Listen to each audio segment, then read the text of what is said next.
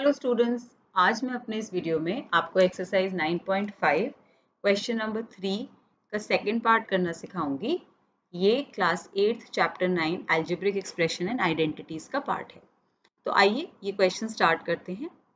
Question पढ़ लेते हैं। Find the following squares by using identities. क्योंकि ये वर्ड आइडेंटिटी लिखा गया है क्वेश्चन में, तो आपके लिए ये ज़रूरी कंडीशन हो जाती है, ये नेसेसरी हो जाता है कि आप आइडेंटिटी ही लगाएं। अगर आप आइडेंटिटी से ये क्वेश्चन नहीं सॉल्व करेंगे, दो ब्रैकेट्स को मल्टीप्लाई कर देंगे, तो आपका एग्जाम में मार्क्स कट जाएंगे। अब मैं आपको पहले ये बताती हूँ कि आपको क्या नहीं करना है।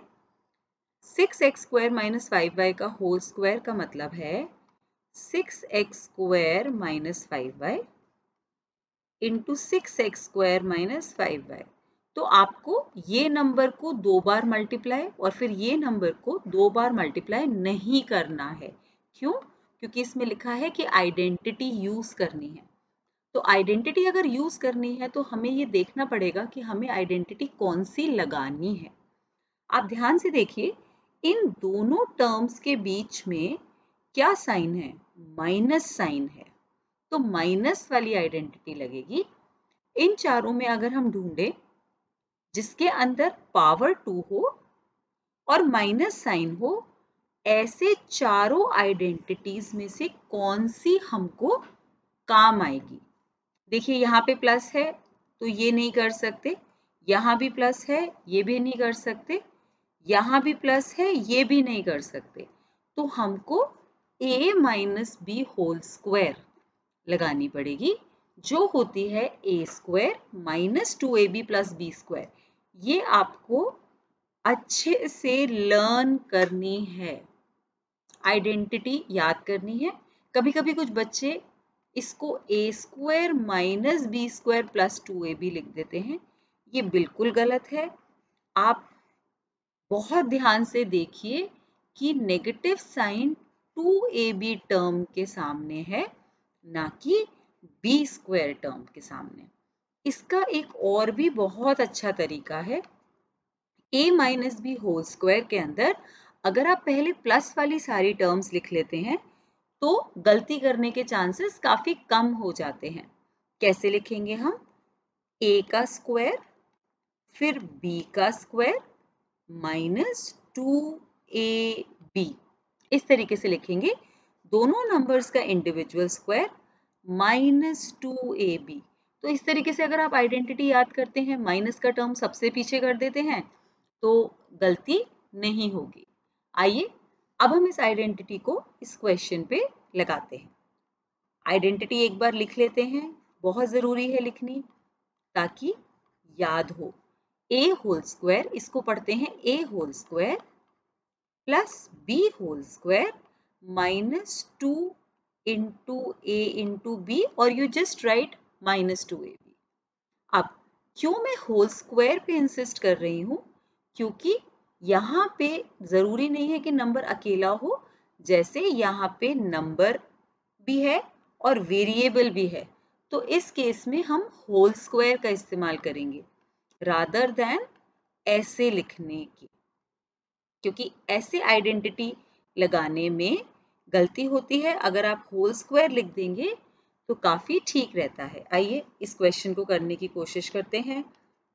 6x² - 5y होल स्क्वायर, पहले टर्म का स्क्वायर हो रहा है तो हम ऐसे नहीं लिख सकते, हमें होल स्क्वायर लिखना है।